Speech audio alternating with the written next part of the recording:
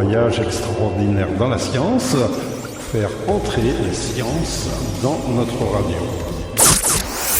Voyage extraordinaire dans les sciences, une codiffusion Radio Laser et le site web culturel breton unidiver.fr. Informatique médicale, tel est le titre que nous pourrions donner à ce voyage extraordinaire dans les sciences. Bonjour Jean-Louis. Bonjour Félix. Et donc nous recevons aujourd'hui Marc Koudja. Bonjour Marc. Bonjour Félix, bonjour Jean-Louis. Alors Marc est PUPH, ce qui veut dire professeur universitaire patricien hospitalier. C'est difficile, je commence déjà à m'accrocher là-dessus. Donc, spécialiste de l'informatique médicale et praticien au CHU de Rennes. Eh bien, je te laisse directement la parole, Jean-Louis, si tu veux bien. Oui, c'est avec plaisir qu'on reçoit aujourd'hui Marc, parce que Marc est d'une discipline qui est proche de la mienne et qui nous a permis de recroiser avec beaucoup d'amis autour de projets de recherche, autour d'actions nationales aussi.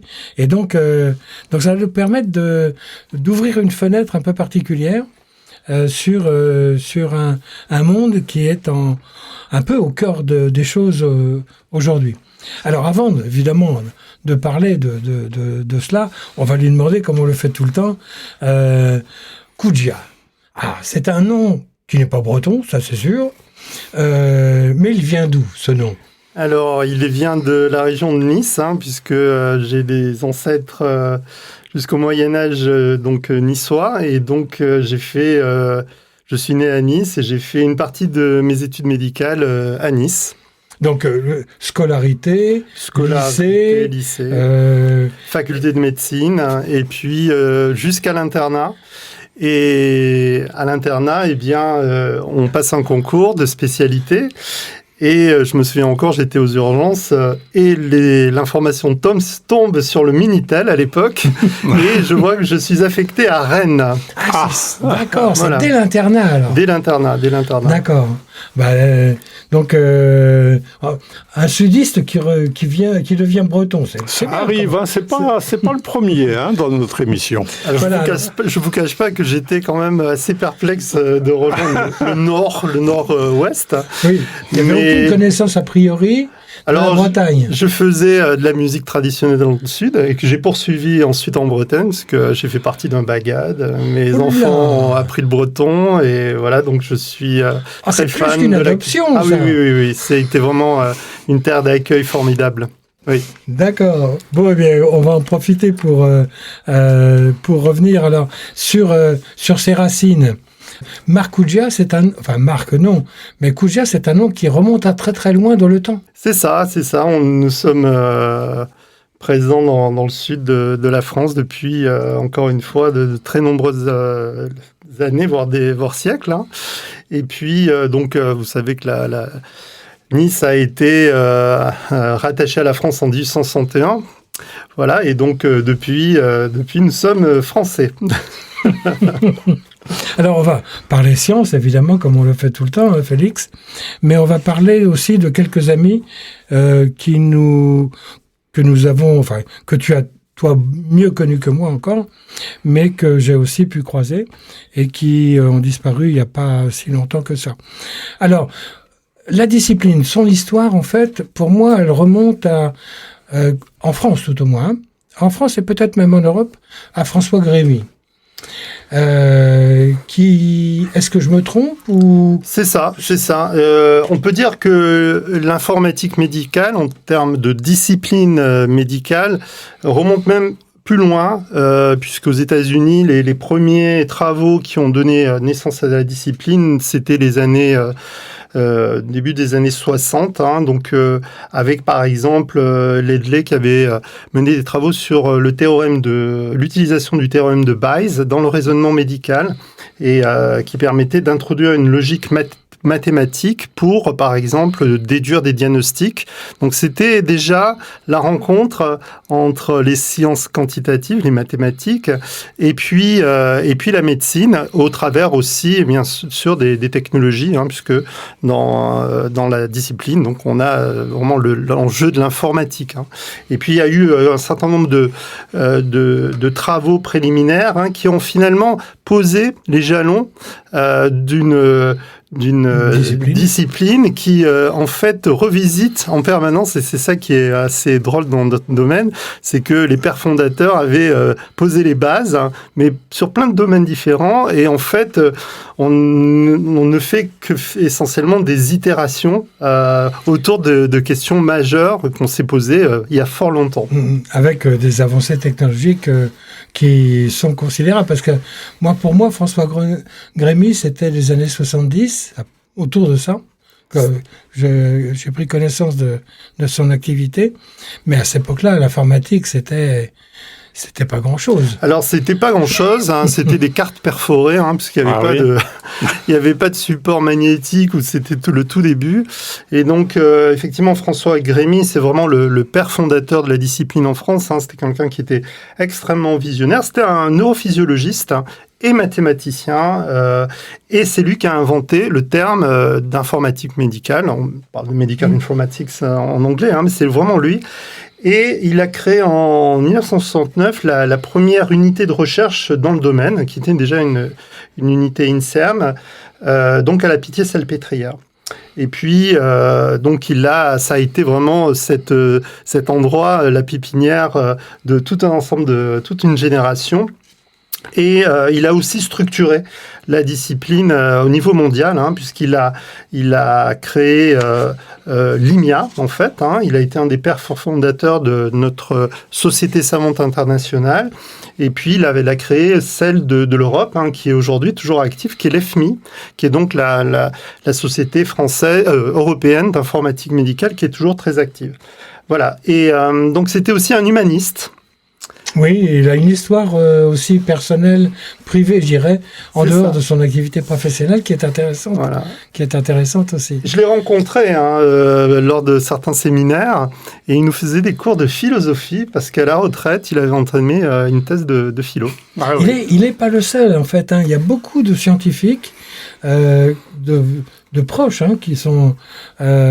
qui, au moment de leur retraite, en fait, reviennent à des disciplines comme la philosophie pour revisiter, je dirais, des choses qu'ils auraient aimé faire auparavant. C'est étonnant, ce genre de choses. Effectivement, Jean-Louis, je citerai en particulier Bernard Saillag, qui est aussi un scientifique, qui est bénévole à Radio Laser, avec nous, et qui est, alors je ne sais pas où il en est, mais il doit être bien proche de ça. Je crois qu'il a passé une thèse il y a pas très longtemps. Oui, en philosophie.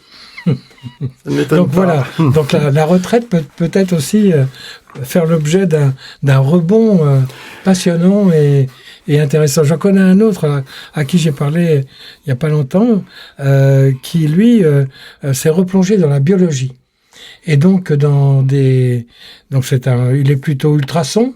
Il s'appelle Frédéric Pata. Il est de Tours. Bien sûr. Et donc là, il se replonge dans le vivant, mais microscopique et nanoscopique. Et visiblement, ça le passionne aussi. Alors, puisqu'on parle de noms, il y a évidemment François Grémy à SME. C'est ça. Ce qui fait qu'il y a des élèves un peu partout en France. C'est ça. Il y a du moins la première génération, la génération qui a suivi François Grémy, c'est des personnes illustres dans la discipline. Donc on a par exemple Marius Fieschi qui a longtemps dirigé une unité à Marseille et qui a fait notamment des travaux initiaux, puisqu'en 2003, pour le ministère de la Santé, il sort le rapport Fieschi pour créer le dossier médical partagé, qui est aujourd'hui mon espace santé.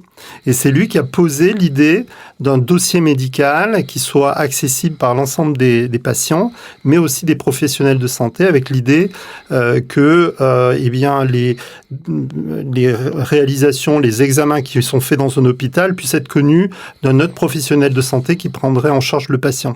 Donc c'était vraiment un enjeu de résoudre la problématique du parcours de soins, et grâce à l'informatique, puisque c'était en 2003, c'était le début du web, de l'Internet, de se dire, eh bien, il faut qu'on rende accessibles les données des patients pour qu'ils puissent être pris en charge, quel que soit l'endroit où ils se trouvent sur le territoire. Et aujourd'hui, on a mon espace santé européen, c'est l'espace européen des données de santé, qui peu ou prou reprend cette idée à l'échelle européenne. Alors, on ne va pas pouvoir saluer tous nos amis répartis pour j'imagine. Le Tour de France est en cours. Mais bon, dans l'émission, ce serait un peu juste. Bon, un clin d'œil peut-être à quelques-uns qu'on partage tous les deux. Oui. Moi, je pense à Jacques de Mongeau, à Philippe Cinquin, qui ont apporté beaucoup de choses, même en dehors de l'informatique médicale, en particulier en robotique. Mais il y a quand même à Rennes quelqu'un qui nous tient aussi à cœur, qui s'appelle Pierre Lebeuze. Et j'aimerais qu'on dise quelques mots. Alors toi, tu l'as connu, tu travaillais plus avec lui que moi. Ah oui. Pierre venait de Compiègne, je crois, de l'UTC de Compiègne. Et il est arrivé à Rennes il y a maintenant très longtemps. Et malheureusement, il nous a quittés il y a déjà quelques temps maintenant.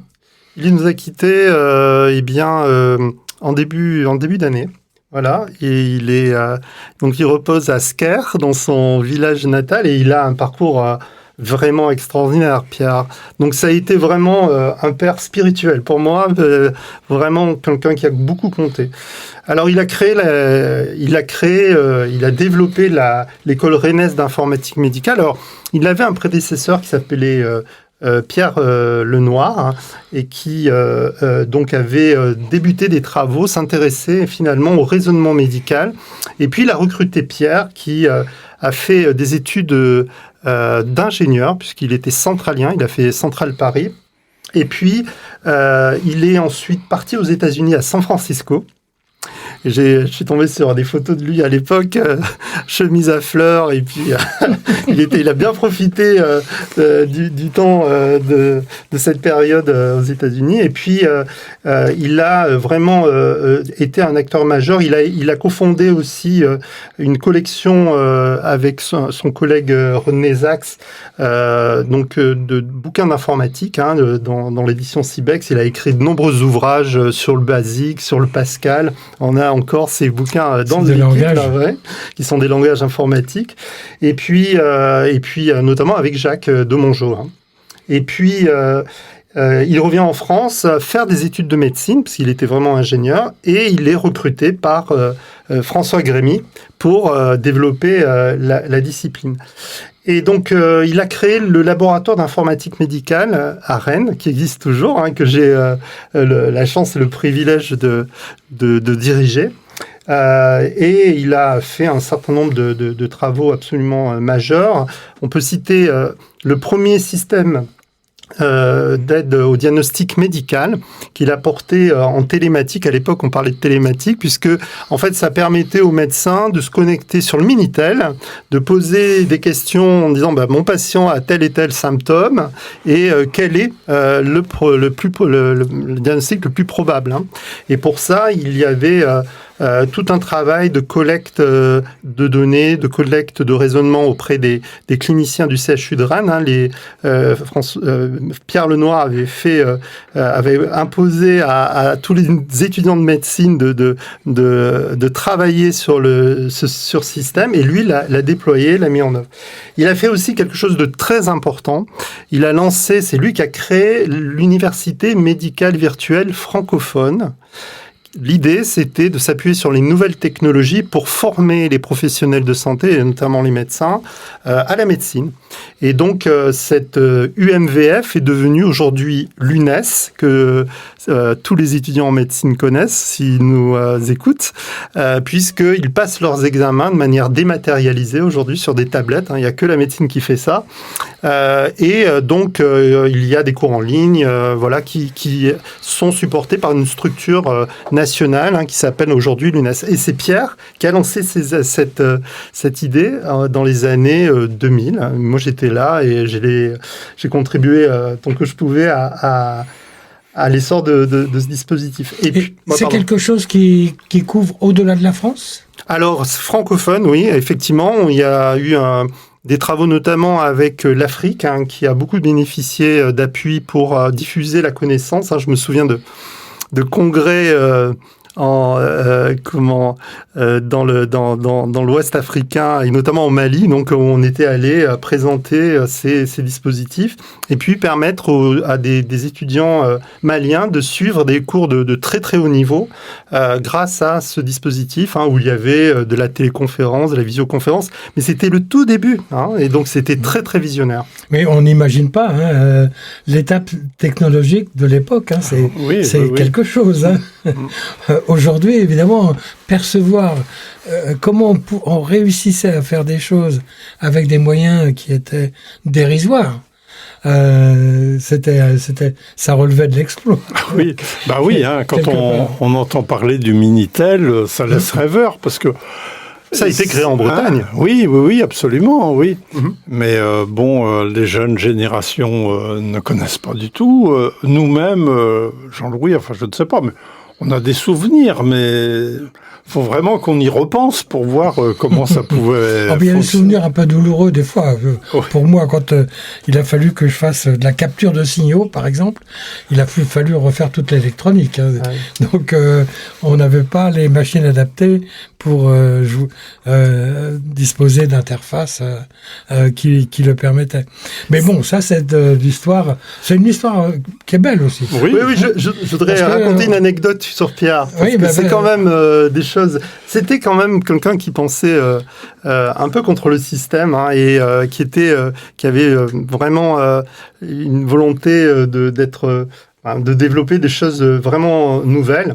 Alors, il a organisé à Saint-Malo, et donc j'ai pu assister à... Palais du Grand Large, alors ? Oui, c'est ça, à Saint-Malo, donc le congrès Medical Informatics Europe, qui est MIE, qui est notre congrès européen, et donc Saint-Malo.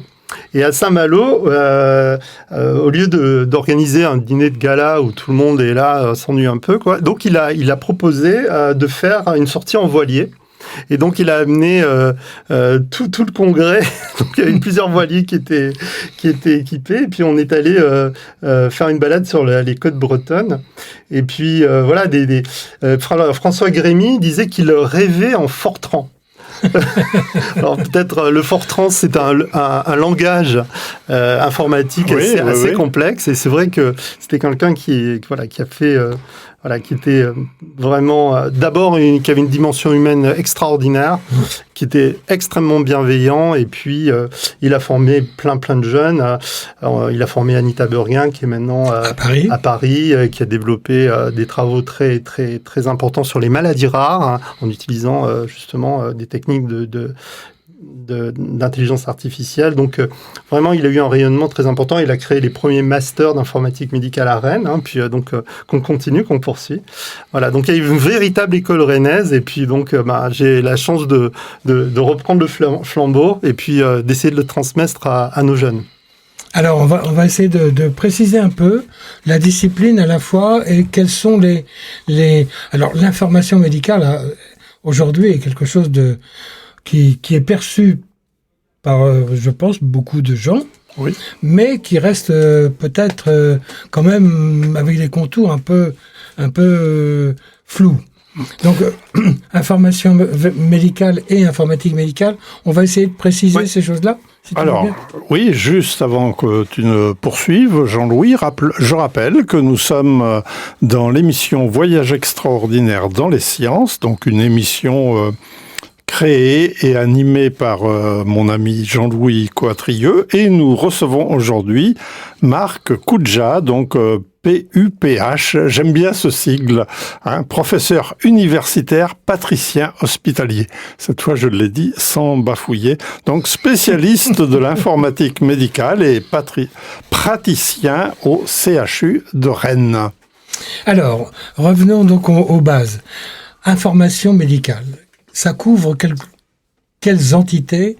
Est-ce qu'on peut arriver à définir ça en quelques mots? Alors, on peut définir aussi par exclusion, en fait, oui. Parce que informatique et information sont très, très liés, puisque à la base, eh bien, ce sont nos collègues cliniciens qui produisent de l'information médicale, c'est-à-dire, par exemple, une observation dans un dossier patient, c'est de l'information médicale, un résultat de biologie, une imagerie médicale, une IRM, c'est de l'information médicale.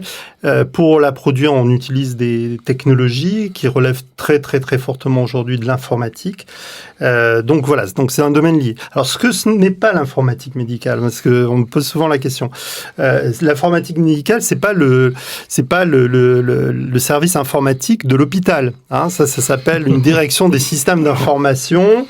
Il y a des ingénieurs qui font un travail tout à fait fondamental, qui créent les réseaux dans le CHU, qui protègent l'hôpital des attaques, on parlera peut-être de cybersécurité à un moment, qui installent les logiciels, donc ça c'est très important. L'informatique médicale, c'est une discipline à la fois médicale et scientifique, au sens où elle va utiliser, on en a parlé beaucoup de mathématiques, mais également de méthodes et de techniques qui relèvent du traitement, de l'analyse de données. Voilà. Et donc, c'est vraiment une discipline d'interface. Donc, voilà, on n'est pas des purs mathématiciens, on n'est plus exactement des soignants, des médecins qui prennent en charge les patients, même si certains d'entre nous ont continué une activité clinique. Moi, j'ai longtemps continué une activité clinique, mais l'idée, c'est vraiment d'avoir un regard croisé, et c'est une discipline d'interface, c'est-à-dire qu'on va être à l'interface des collègues cliniciens, des collègues informaticiens, des nouveaux métiers comme les fameux data scientists, des mathématiciens. Et donc, on va travailler fortement en équipe, pluridisciplinaire, pour résoudre un certain nombre de sujets. Et les sujets, en fait, mine de rien, ils reviennent toujours au même objectif, c'est de mieux soigner, de mieux prendre en charge le patient, de réaliser un diagnostic ou d'évaluer un pronostic de manière beaucoup plus précise.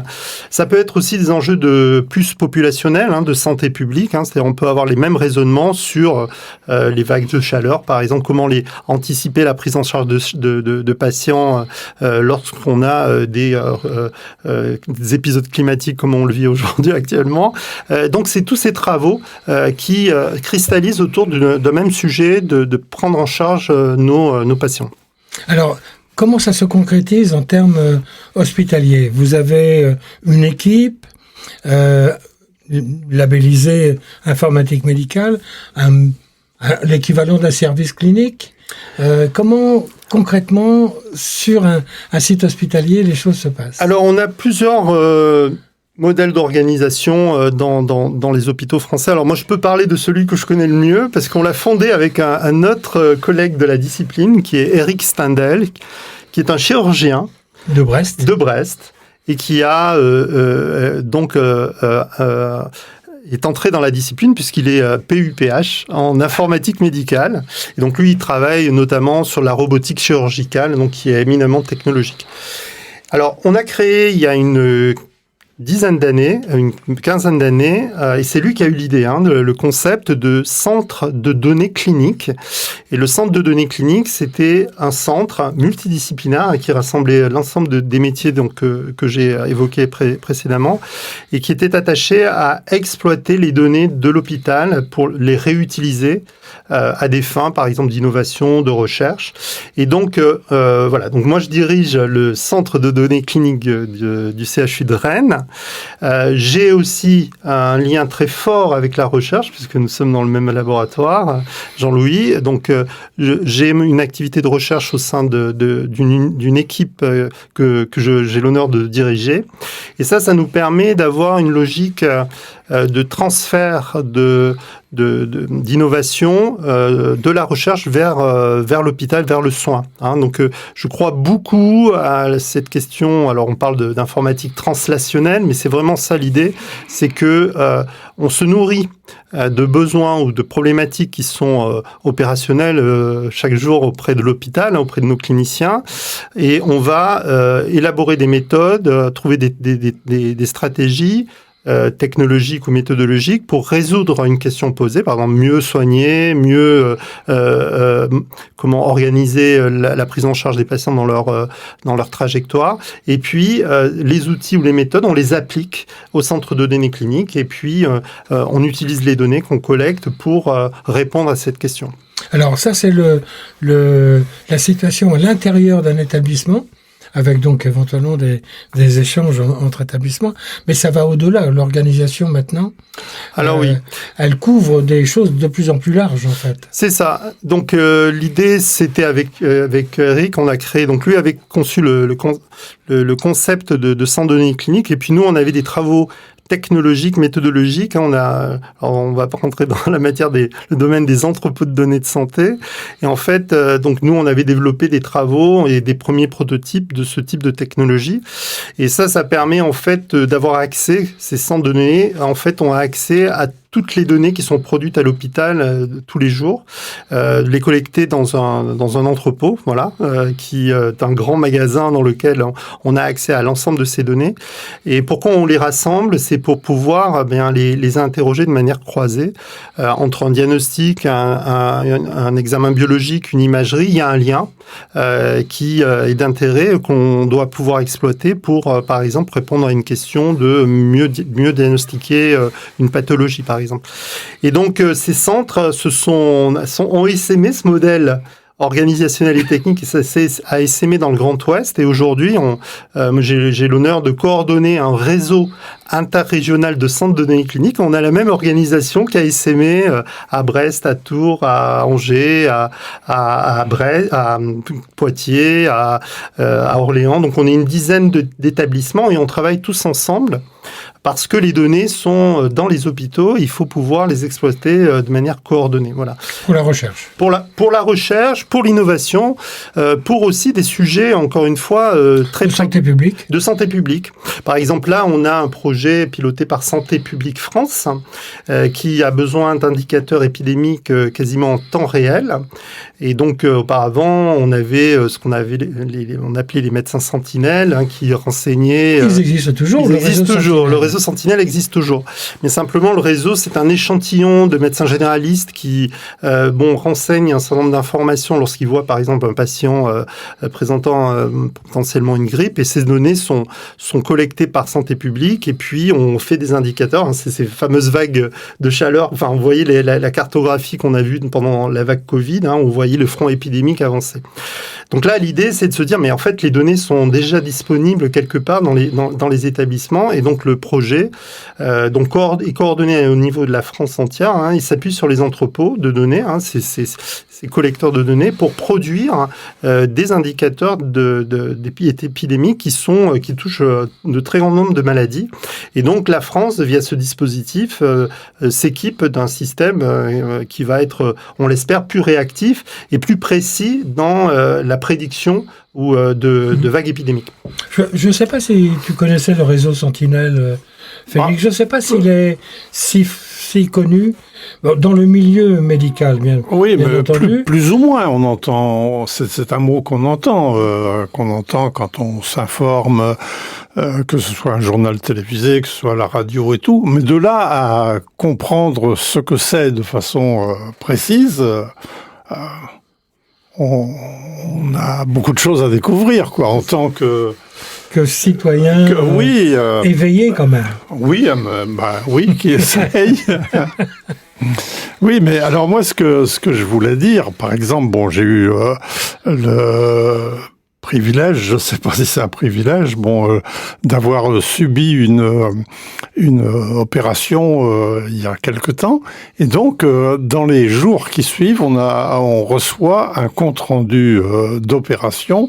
Notre médecin traitant le reçoit en même temps, donc tout le monde est informé au au même moment, presque en temps réel. Je trouve que c'est quand même assez impressionnant. Est-ce que ça a un rapport alors avec ce que vous faites? Alors, je dirais, ça a un rapport, oui, parce que en tout cas, les pères fondateurs avaient prévu ce type de dispositif. C'est notamment le rapport Fieschi que j'évoquais au départ, oui. de mon espace santé. Ça a été aussi, il y a des gens qui ont travaillé sur des sujets de télémédecine et permettant en fait que l'hôpital ne soit pas un bunker, mais puisse être en réseau et transmettre notamment aux médecins de ville des comptes rendus, voilà, de façon sécurisée, et puis de permettre de faire circuler entre professionnels de santé l'information pour que le patient puisse être bien pris en charge. Oui, ça c'est. Alors nous, on est vraiment dans des sujets aujourd'hui. Alors on parle de big data, de données massives. Oui, on va y revenir parce que voilà. C'est vraiment là l'idée, c'est que en fait je dirais l'informatique hospitalière de soins, celle que dont vous avez pu bénéficier des services, c'est une informatique aujourd'hui qui utilise de façon primaire les données. Primaire au sens, c'est pour le soin du patient. Oui. Nous, ce qu'on fait, c'est qu'on est dans l'utilisation secondaire de ces données. Elles sont déjà produites et on les collecte et on essaye d'en tirer quelque chose de nouveau qui permette, par exemple, encore une fois, de produire des statistiques à très très large échelle. Et donc ça, c'est vraiment l'enjeu de ma recherche. C'est vraiment la réutilisation secondaire de ces données. Oui, on comprend bien qu'on est un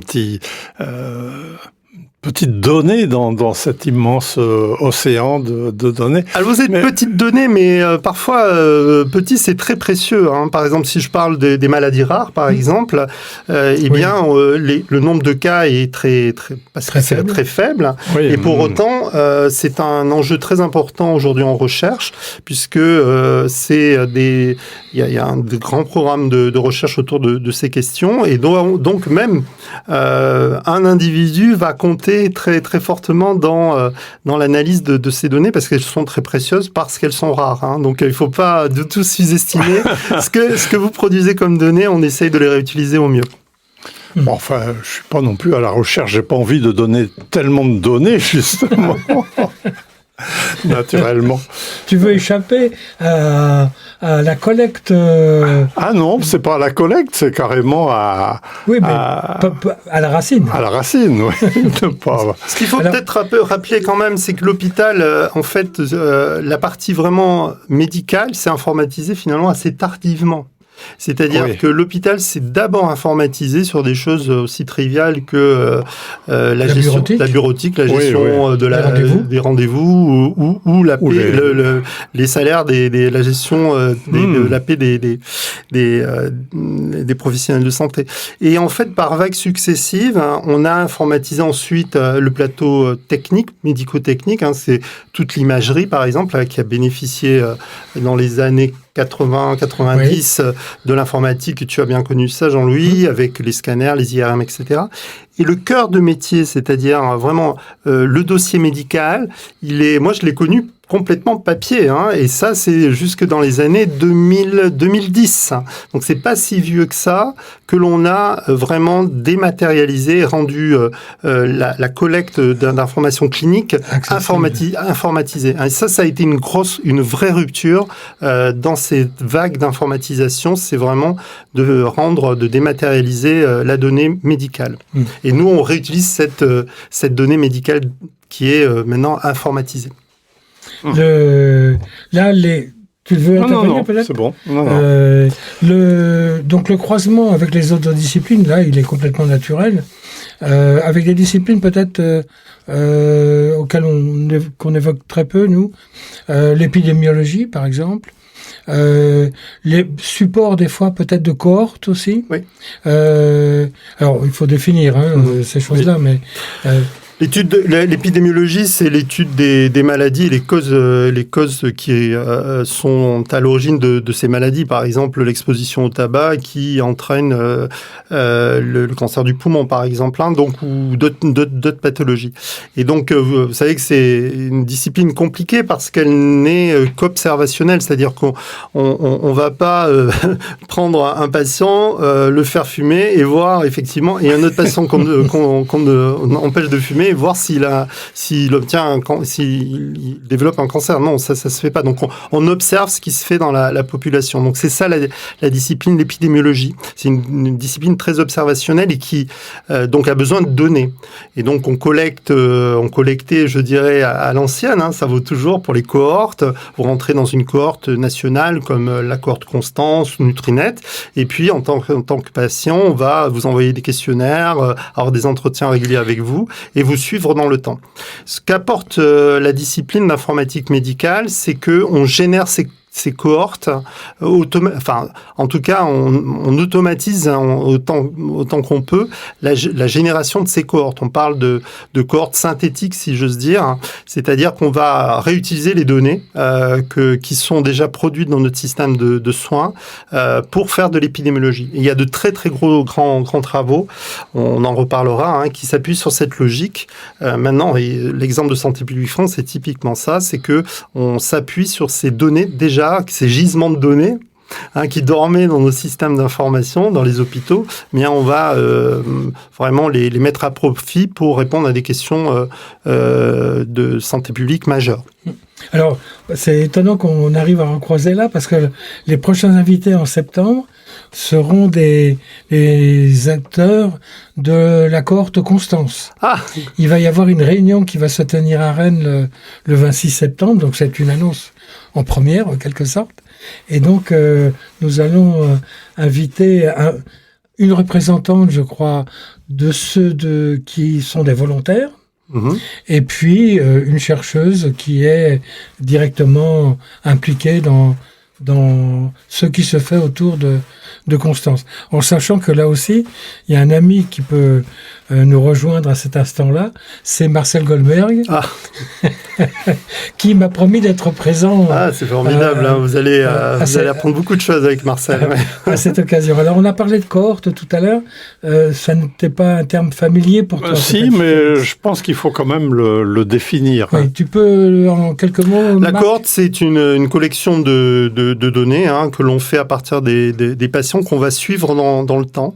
Donc, on va mesurer auprès de volontaires qui sont OK pour remplir ces fameux questionnaires et puis partager des informations telles que je sais pas leur habitude alimentaire, leurs symptômes, voilà, tout au long sur une longue période. C'est ça qui est l'enjeu de la cohorte. Il y a la cohorte Framingham qui est toujours active aux États-Unis, qui a été créée en 1950, et on suit sur plusieurs générations les patients.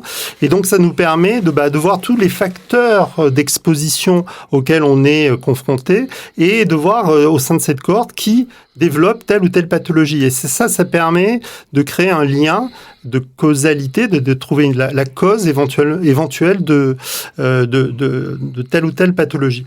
Et Marcel Goldberg a été un des pionniers aussi à penser que les données qui étaient dans les gisements, ces fameux gisements de données qu'on collecte dans les entrepôts, de les connecter aux cohortes. Donc on va vous appeler activement pour relever ces informations, mais ensuite on va vous suivre au travers des données qui sont collectées dans une base nationale, peut-être on en aura l'occasion d'en parler, qui s'appelle le Système national des données de santé, et Marcel a vraiment eu cette intuition, et aujourd'hui la cohorte Constance est chaînée aux données de l'assurance maladie, et on voit le parcours patient qui est quasiment accessible directement, alors qu'on aurait déployé des moyens considérables pour reconstituer cette trajectoire. Voilà, donc on est vraiment sur des sujets majeurs aujourd'hui, et c'est Marcel qui a lancé cette idée absolument lumineuse de chaîner ces données. Alors, il y a un aspect qui a été évoqué brièvement à travers l'exemple de Monsieur Lenoir, c'était l'aspect connaissance. Et là, ça nous amène... alors, on va pas refaire l'histoire. Le professeur Lenoir, en fait, avait développé un système qu'il appelait ADM, d'aide au diagnostic médical, qui était basé sur les connaissances et non pas sur les données. Les données intervenaient, bien sûr, mais le cœur de son système, c'était la connaissance.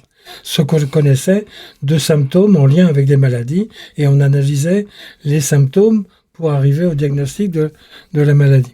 Mais là, si je rebondis sur la connaissance, c'est pour poser la question qui, évidemment, est dans toutes les têtes. L'IA, là-dedans, va-t-elle venir bousculer les choses et comment ? Alors l'IA, d'abord il n'y a pas qu'une IA, il y a plusieurs IA.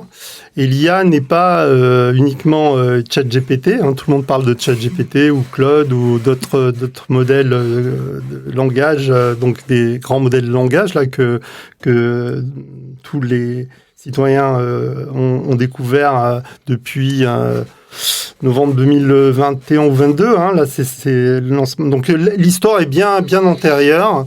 Et en fait, ce que je voudrais dire, c'est que on est dans une évolution de ces technologies. Alors certes, il y a une rupture parce qu'on aime aujourd'hui des puissances de calcul très importantes et à l'accès à de grandes collections de données qui permettent de développer ces modèles extrêmement puissants. Mais la réflexion, la réflexion sur l'IA est très ancienne et elle est les premiers travaux sur l'IA, c'est le système MySyn qui a été développé, c'est un système expert. Oui, qui a été on a parlé de Marius Fieschi tout à l'heure. C'est ça, et lui a importé le système MySyn en France et l'a développé. C'était un système qui permettait de mieux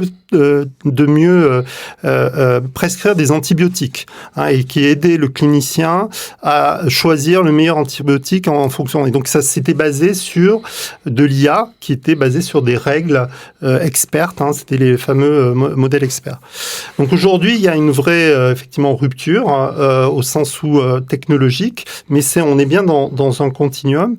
Et effectivement, l'IA a un gros impact aujourd'hui, elle pénètre l'ensemble des disciplines médicales et on ne travaille plus comme auparavant. On travaille maintenant essentiellement avec des méthodes d'IA basées essentiellement sur les données. On pourra y revenir.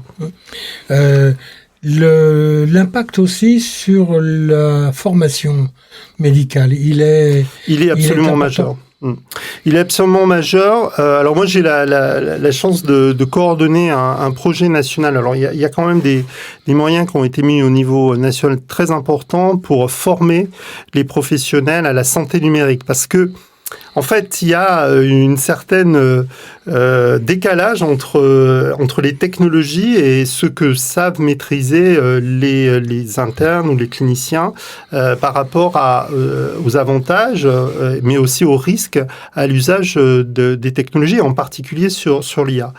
Et donc, on a, dès la deuxième année de médecine, des cours en santé numérique on aborde les questions de l'IA de manière très pratique. J'ai une patiente qui, sur des scénarios cliniques, donc qu'est-ce que vous faites si une patiente arrive avec sa prescription et son antibiotique produit par ChatGPT, elle a rentré les symptômes sur ChatGPT, et puis le système lui dit, pour votre cas, c'est ça. Puis qu'est-ce que vous faites en tant que clinicien face à une information pareille? Et au travers d'une vignette, d'un scénario clinique comme ça, on va aborder plein de questions. On va aborder les questions sur d'abord la cybersécurité. Le fait de rentrer ces informations personnelles sur un système qui n'est pas souverain, mais ça pose question. Qu'est-ce que vaut cette connaissance produite par l'IA?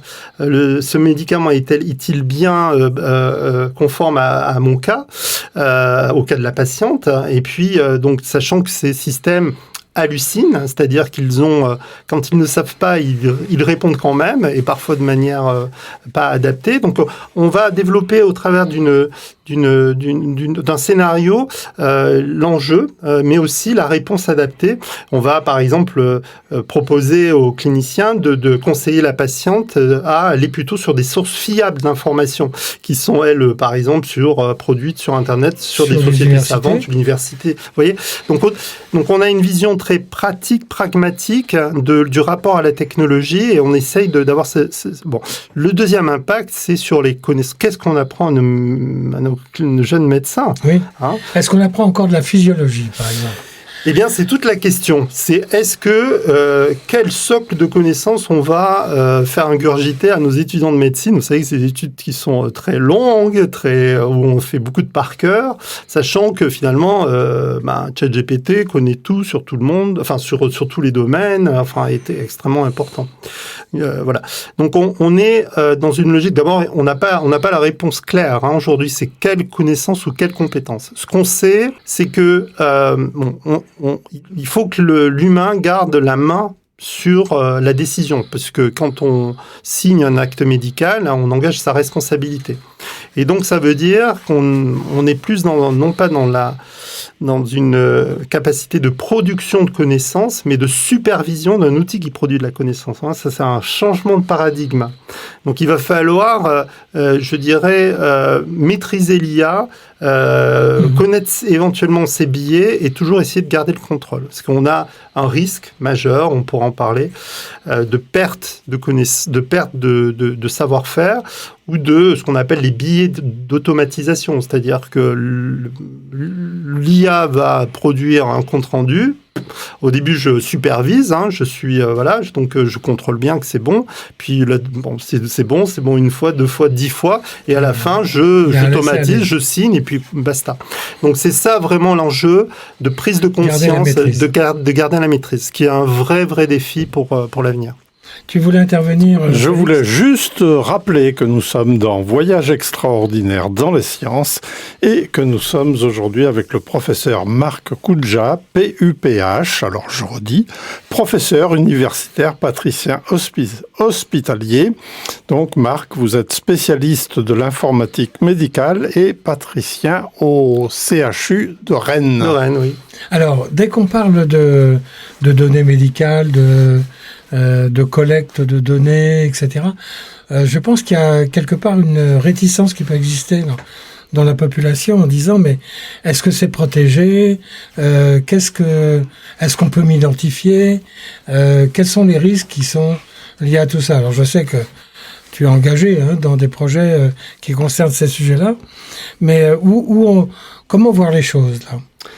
D'abord, il y a un cadre réglementaire qui notamment est garanti par la CNIL, par la Commission nationale d'informatique des libertés, et qui et même s'étend à l'Europe, on a un règlement extrêmement strict sur la protection des données. C'est le fameux règlement européen sur la protection des données, général sur la protection des données, le fameux RGPD. Et donc, qui encadre très, très strictement l'exploitation des données médicales, parce que ce sont des données à caractère personnel.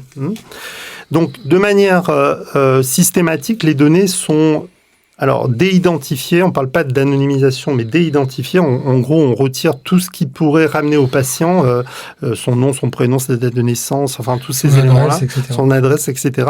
Parce que c'est pas les données, la personne elle-même qui va être importante dans les travaux qu'on mène à réutiliser ces données, mais c'est plutôt l'information qui est amenée par le médical qui est importante. Donc ça, c'est des premières mesures. La deuxième mesure, c'est le fait qu'on est dans une logique de transparence, c'est-à-dire tout ce que l'on fait en termes de recherche doit être publié. Donc on a ce qu'on appelle des portails de transparence où à tout moment, moi, comme tout citoyen, peut exercer des droits.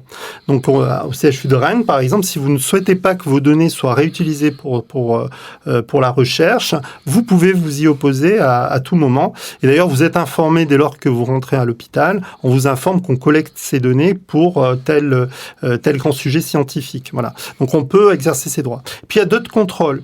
Je parle en particulier, il y a ce qu'on appelle les conseils scientifiques et éthiques qui voient systématiquement tous les projets de recherche qui exploitent les données des entrepôts. Et donc, c'est des conseils scientifiques qui sont pluridisciplinaires et qui, notamment, impliquent des usagers. Donc là, on a, par exemple, au CHU de Rennes, une personne formidable qui est Gérard Le Goff, qui est un patient et qui est représentant des usagers et qui évalue avec les scientifiques, avec les cliniciens, les projets qui sont soumis au conseil scientifique et éthique. Et il est extrêmement sévère, par exemple, sur les notes d'information lorsque les notes d'information d'un projet scientifique, elles sont destinées à être comprises par les patients. Et donc, lorsque c'est trop jargonneux ou on comprend rien, donc là, il est très, très critique et il fait des propositions pour améliorer, pour que vraiment, il y ait une transparence complète sur les usages qu'on fait des données. Ça, c'est très important. C'est la possibilité pour les gens de décider, de faire leur choix, de donner ces données, leurs données, ou pas. Il me semble, quand on rentre à l'hôpital, non seulement on est informé, mais on nous demande notre accord, il me semble. Alors, c'est quand même quelque chose qui est important à préciser. Concernant les données de santé, on est sur le régime, finalement, du don d'organes. C'est-à-dire, qui ne dit mot consent. Oui. Donc, vous êtes informé que ces données vont pouvoir être collectées et être utilisées à des fins de recherche. Vous pouvez vous y opposer. On ne demande pas de consentement préalable à l'utilisation des données. On dit, on collecte vos données, et si vous ne voulez pas qu'on les utilise, vous devez faire cette démarche. C'est légèrement différent qu'un consentement, par exemple, dans un essai clinique, où là, vous allez recevoir un traitement, et peut-être pas le traitement, ça sera le placebo. Donc là, vous êtes vraiment, vous engagez la personne humaine. Sur la réutilisation des données, on est sur la non-opposition. Donc, qui ne dit mot consent. Oui, c'est vrai. Je vais dans votre sens. C'est effectivement ce qu'on nous demande, oui.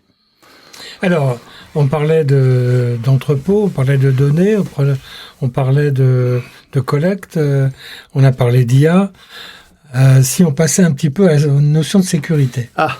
Alors ça, c'est un enjeu majeur. Alors, d'autant plus dans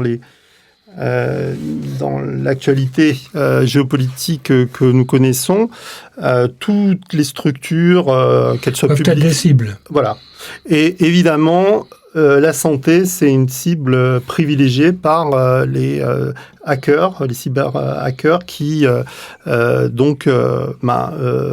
vont avoir deux actions, collecter des données et les mettre à disposition gratuitement ou les vendre sur ce qu'on appelle le dark web. Et le deuxième point, c'est de bloquer le système hospitalier, c'est-à-dire on n'arrive plus à travailler. Et une cyberattaque, c'est pas un sujet technique, c'est un sujet de soins. Parce que un hôpital attaqué, c'est quoi? C'est des examens reportés, c'est le retour au papier. Donc on a sorti nos dossiers. On a été attaqué ça devait être en 2023 ou 2024 à Rennes, oui. Brest a été. Enfin, tous les hôpitaux ont des attaques tous les jours. Simplement, bien sûr, les hôpitaux mettent en place des mesures de sécurité, de cybersécurité, et qui est une priorité nationale. Et donc, lorsque il y a une attaque qui fonctionne, c'est l'hôpital qui est figé. C'est-à-dire que les données sont ce qu'on appelle, ça du ransomware, hein, c'est-à-dire que toutes les données sont chiffrées, cryptées. C'est-à-dire que vous essayez d'ouvrir un dossier patient, vous voyez des caractères illisibles, voilà, et vous avez une alerte en vous disant vous payez, sinon on vous donne pas la clé de décryptage. Hein. Donc là-dessus, ça a des impacts extrêmement majeurs parce qu'on doit déprogrammer des soins urgents, on doit éventuellement transférer des patients. Ça peut être extrêmement pénalisant. Il y a des sauvegardes régulières, je suppose. Alors, qui permettent quand même peut-être d'arriver à s'échapper. Pas toujours, de pas l'étau, toujours, pas toujours. Comme le système, l'hôpital doit communiquer, hein, donc c'est pas un bunker fermé. L'hôpital, il doit transmettre les examens à vos collègues et les rendez-vous, etc. Vous prenez. Donc il y a plein de points d'entrée potentiels et tout dépend de la profondeur de l'attaque. Lorsque le cœur du système est vraiment affecté, parfois les pertes sont irrémédiables, c'est-à-dire on perd les données des patients.